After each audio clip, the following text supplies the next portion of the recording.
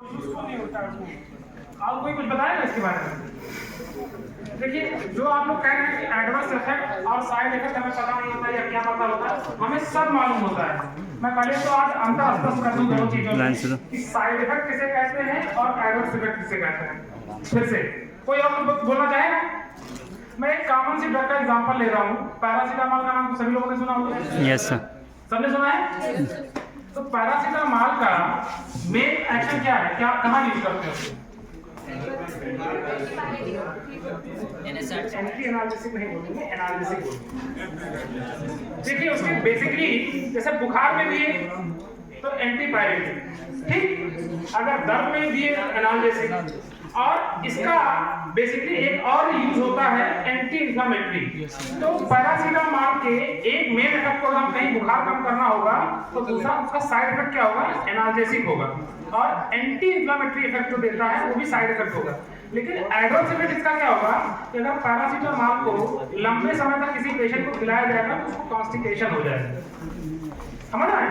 Peptic ulcer हो सकता है, अल्सर काज करता है, ठीक। तो ये इसका एडवर्स। किसी भी दवा का इफेक्ट ऐसा हो जो बॉडी के एडवर्स हो, उसको हम एडवर्स इफेक्ट बोलते हैं। साइड इफेक्ट जो है किसी भी दवा का एक या दो, जैसे बहुत सारी दवाइयां एक ही डिजीज के साथ कई मल्टीपल डिसऑर्डर्स में यूज होती हैं, तो वो उसका साइड इफेक्ट हो गया। एडवर्स इफेक्ट जो उसके बॉडी को नुकसान पहुंचा रहा हो उसको हम एडवर्स इफेक्ट बोलते हैं, ठीक। तो ये हमेशा कंफ्यूजन रहता है बच्चों को एडवर्स इफेक्ट में और साइड इफेक्ट में। साइड इफेक्ट एक दवा का 2-3 हो सकता है, 4 हो सकता है। सबको कोई डाउट तो नहीं? अच्छा, अब फार्माकोविजिलेंस की बात करते हैं। जैसे कि इन्होंने बताया कि ये बहुत पुराने समय से चला आ रहा है, अभी इसमें इम्प्लीमेंटेशन क्यों ज्यादा हो रहा है? क्योंकि आजकल जो दवाइयां हैं वो इतना एडवांस टाइप की आ गई हैं। पहले एक दवाई खिलाई जाती थी, सुबह खिलाई जाती थी, शाम को खिलाई जाती थी, दोपहर में खिलाई जाती थी, शाम को। अब कुछ दवाइयां ऐसी हो गई उनका जो मोड ऑफ एक्शन है वो ड्यूरेशन ऑफ एक्शन उनका बढ़ गया। 24 घंटे में एक बार खिलाई जाती है, 2 बार खिलाई जाती है। तो बेसिकली पुराने समय से अभी के समय में जो है और दवाइयों में मॉडिफिकेशंस भी ज्यादा हो रहे हैं, उसमें केमिकल कॉन्सिक्वेंस भी बढ़ रहे हैं। इस वजह से उनमें ज्यादातर प्रॉब्लम क्या हो रही है कि वो चूंकि है तो एक केमिकल इंटाइटी हमारे बॉडी में प्रॉब्लम कॉज करती है। तो उस पर्टिकुलर केमिकल इंटाइटी से जो भी प्रॉब्लम हो रही है, एडवर्स इफेक्ट हो रहे हैं, उनको रिड्यूस करना, बेसिकली उनको रिड्यूस करना, साथ में रिड्यूस करते हुए हम उनकी जो उनसे हम क्या और वेलबींग कर सकते हैं किसी भी पेशेंट की, किसी के एडवर्स रिएक्शन को कम करते हुए उसकी सेफ्टी को और बढ़ाना। बेसिकली फार्माकोविजिलेंस इस पे काम करती है।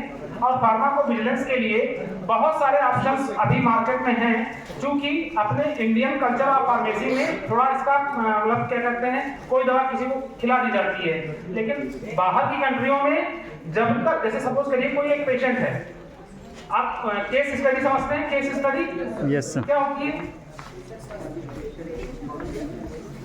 सपोज करिए एक डायबिटीज का पेशेंट है, ठीक। केस स्टडी समझने का प्रयास करिए कि डायबिटीज जैसे 10 लोग हैं, लेकिन उसी 10 में से एक ही किडनी फेल है, तो उसको कौन सी हम एंटी डायबिटिक ड्रग देंगे? तो उस पर्टिकुलर केस में थोड़ा सा प्रिकॉशन लेना पड़ता है डॉक्टर को लिखने में, कौन सी दवा उसको दी जाए कि जो उसके किडनी पे भी इफेक्ट ना करे या कम करे। जैसे 10 दवाइयां हैं, 10 में से सब काम कर रही है किडनी पे, लेकिन जो सबसे कम काम मतलब इफेक्ट दिखाएगी किडनी पे, क्योंकि उसकी ऑलरेडी किडनी फेल है। सपोज करिए उसकी ऑलरेडी किडनी फेल है, तो किडनी ज्यादा काम करेगी तो उसको और ज्यादा वर्कआउट करना पड़ेगा, प्रॉब्लम बढ़ेगी उसकी। या जैसे कोई पेशेंट है हाइपरटेंशन का भी शिकार है और डायबिटीज भी है, तो दोनों डिजीज को ध्यान में रखते हुए हम किस पर्टिकुलर मेडिसिन को उसको प्रेस्क्राइब करेंगे, किस पर्टिकुलर मेडिसिन को उसको देंगे, इस वजह से हम जो है क्या कहते हैं अब फार्माकोविजिलेंस की तरफ बहुत तेजी से आगे बढ़ रहे हैं। इसके लिए एक पर्टिकुलर सॉफ्टवेयर होता है, कोई बता सकता है? मेट्रा नाम का सॉफ्टवेयर आता है, मेट्रा, ठीक है, जिससे उस पर्टिकुलर सॉफ्टवेयर में हर एक जितनी भी अभी तक इन्वेंटेड दवाएं हैं सबके एडवर्स इफेक्ट, साइड इफेक्ट सब मेंशन है, एक पैमाना उन्होंने सेट कर रखा है उस सॉफ्टवेयर में। उससे कम ज्यादा जो भी इफेक्ट दिखा रही है उन पेशेंट का हम लोग डेटा बैंक तैयार करते हैं और उससे हम एनालाइज करते हैं कि किस पर्टिकुलर पेशेंट में या किस पर्टिकुलर डिजीज में ये पर्टिकुलर दवा बहुत ज्यादा नुकसान कर रही है या फायदा कर रही है। Okay. Thank you thank you sir. Director साहब।